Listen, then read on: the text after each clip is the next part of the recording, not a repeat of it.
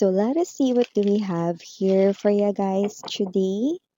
Just take only what resonates, please.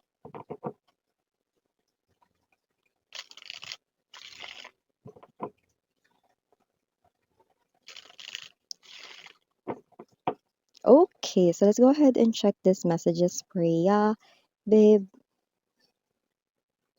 Oh,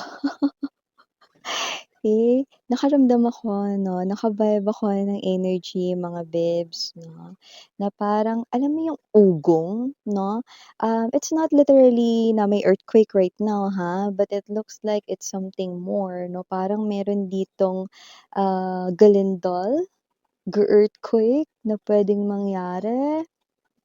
That's what we're gonna find out.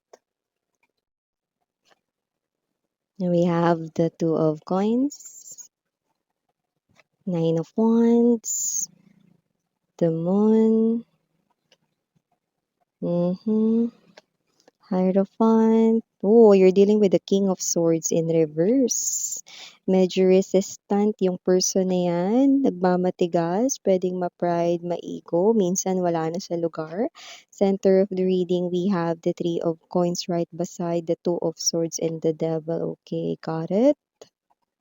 Five of Pentacles energy, Seven of Swords. Okay. This might be hard for you, pero you're going or you're keeping it na parang tinutuloy-tuloy mo pa rin. Whoa! The Tower and the Judgment. 저는 지금 감기에 걸렸어.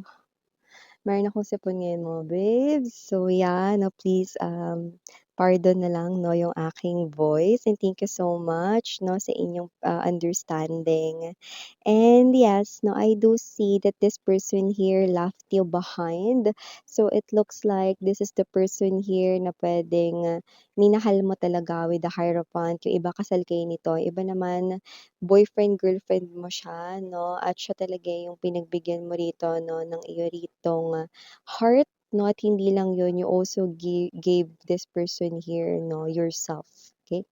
So, just take only what resonates. But whoever this person is, no, medyo hindi ko nakikitang may kagandahan yung kanyang pag-uugali, especially nung bago-bago pa lang na kayo ay bago maghiwalay, no? Possible na masakit siya magsalita. Pwede rin naman na kung sino tong person na to, no, ay ma-ego, ma-pride. Okay?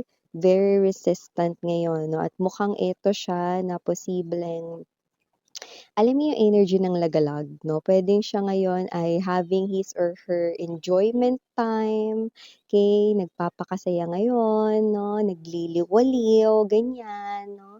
During your separation, no? And ikaw naman naghihirap yung kalooban mo, you're trying to cope up, no? You're trying na i-distract yung sarili mo sa work, sa ritong trabaho ni iba.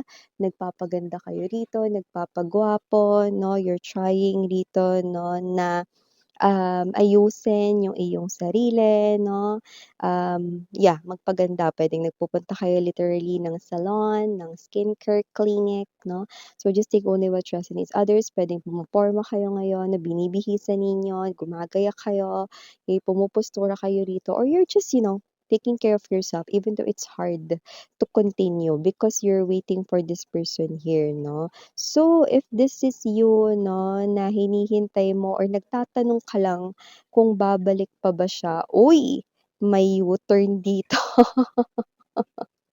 Omo, may U-turn dito, no, with the Five of Cups, Judgment, and the Tower, no. Nakakagulat, kahit ako nagulat, no. So, kung sino 'tong matigas na tao na 'to, no, na mas matigas pa rito yung puso sa bato, I do see magbabalik at hindi lang yun, iiyak, gagapang, at magmamakaawa pa siyang bumalik. sa'yo. So, I'm gonna put an extension reading for a cause dito, no? At doon pwede nating malaman ng iba pang mas malalim pa na mga detalye, okay, mga specific time frames, no? Pwede rin tayo makarinig ng mga pangalan, more initials, no? Location, specific details, and all of those stuffs, no?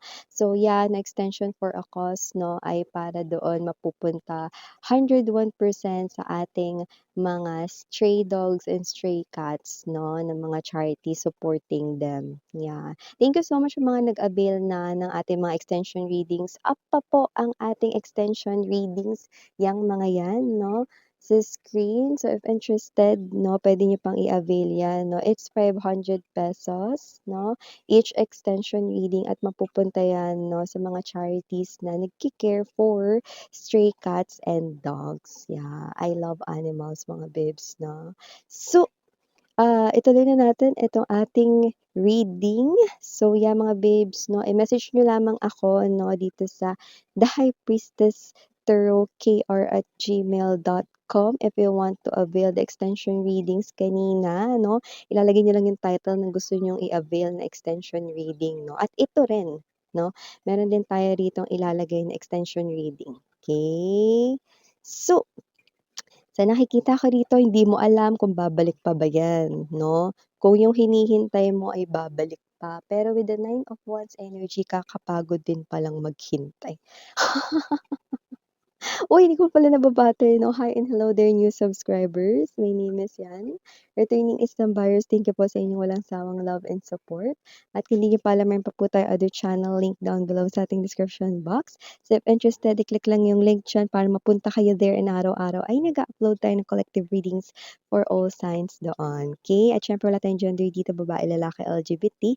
Lahat ay welcome. Okay? And yes, na timeless tayo dito. Pwedeng nangyari na. Sa iba nangyari na po ngayon. Sa iba mangyayari pa lang, kaya naman just take only what resonates. But this is you, no? Kahit na medyo may kasamaan yung ugali nitong person ninyo, no? Ikaw ito, no? Mahal at minahal mo pa rin siya, no? At hindi mo rin alam, no? Kung kailan mawawala itong pagmamahal, no? At paghihintay mo sa kanya, lalo na hindi mo alam, this is the biggest moon, excuse me, in my tarot deck. So, ibig sabihin, itong person na to, ay hindi nyo alam kung siya pa ay babalik pa sa inyo. Okay? So, kasi naman tong person na to, oo, double energy, no? Nagsasaya siya ngayon, no? Nagliliwaliw, ine-enjoy rito yung pagiging malaya.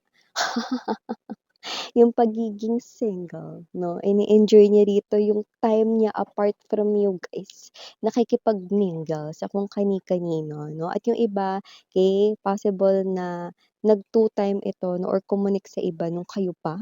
Possible din yun mga babes, no? Pero kung ano man, yung ginagawa niya ngayon, no? Hindi lang yan tungkol rito sa pambababae or panlalalaki, no? Tungkol din to, mabisyo siya, no?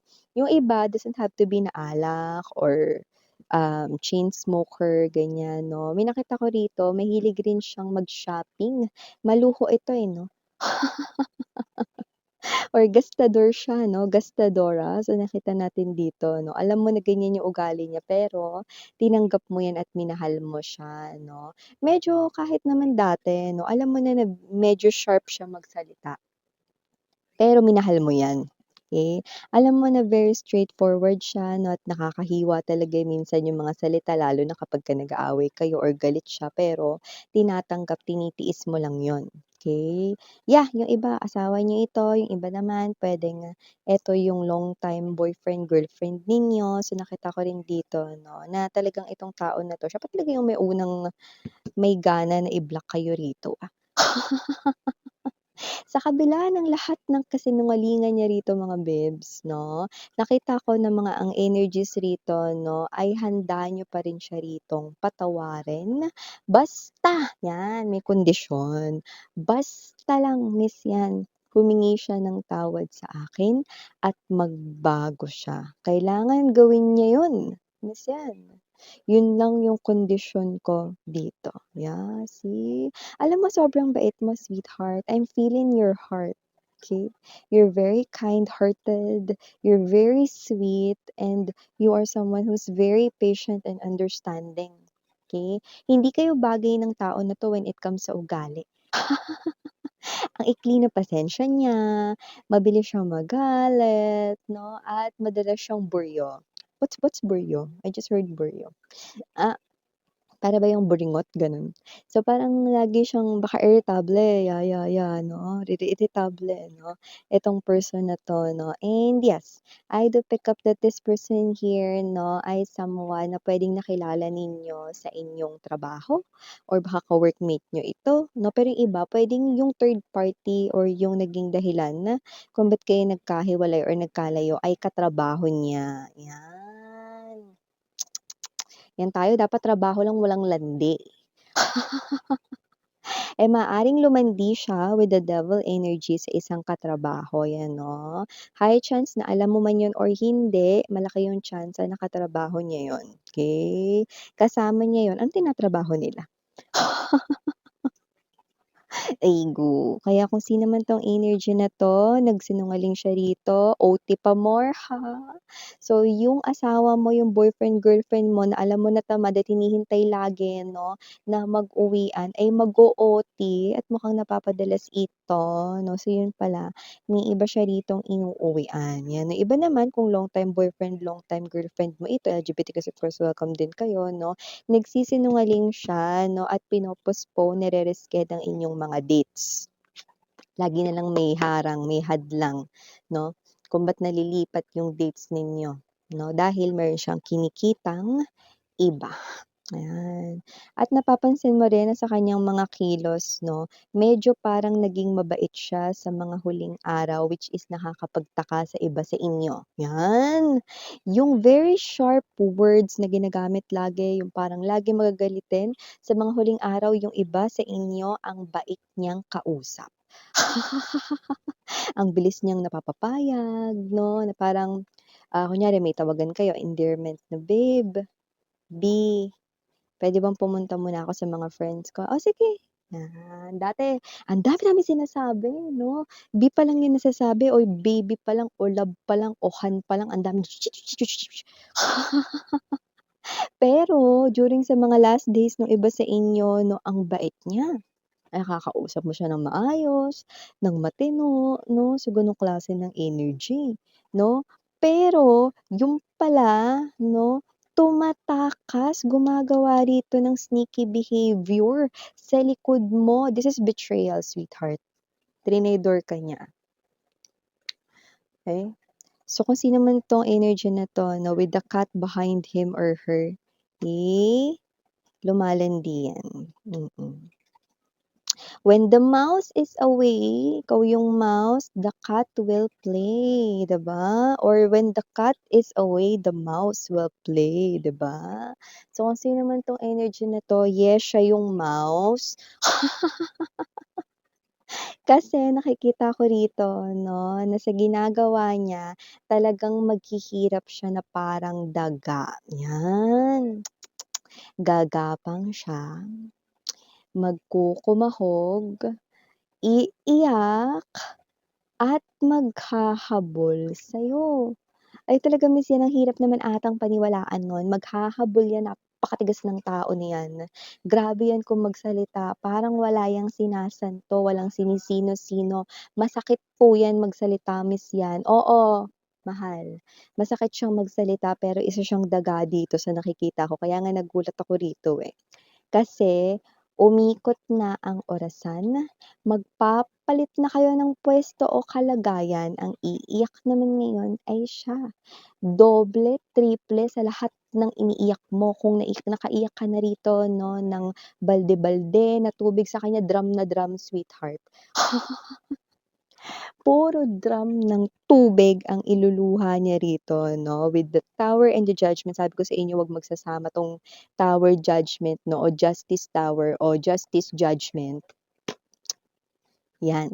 Eh, napakahirap nitong situations na 'to. Talagang ito ay pag-uusig ng emosyon at konsensya 'no, pangungulila pangungulila 'no at gamitan na natin ng salitang matindi because I heard the word matindi. Matinding pangungulila ang haharapin ng taong ito na with the moon, hindi niya pa nababanaag ngayon pero malayo pa ang buwan kitang-kita ko ng mangyayari ito sa kanya. Sa extension reading, I'm gonna dive more ano yung klase ng mga emosyon at mga thoughts na papasok sa isipan niya at anong klaseng paghahabol ang gagawin niya sa'yo. But definitely, parang energy ito ng halos pagapang siyang babalik sa'yo. Wahahaha. May sipon pa ako niyan mga babes. So, for the initials right in here, yes, we have FT, B as in boy, J, K, S, R, M, P, and last but not the least, we've got letter A. So, if you want to avail the extension reading, no, nitong reading na ito, no, i-message lang yung title nitong reading na ito, no, it's for 500 pesos, no? Mag-message lang dito sa The High Priestess Tarot, kr@gmail.com to avail this one extension reading for cause. Again, I'm Yuriana on me for the girls and Yana Duna for the boys. Sarang hail, love, and light. And yeah.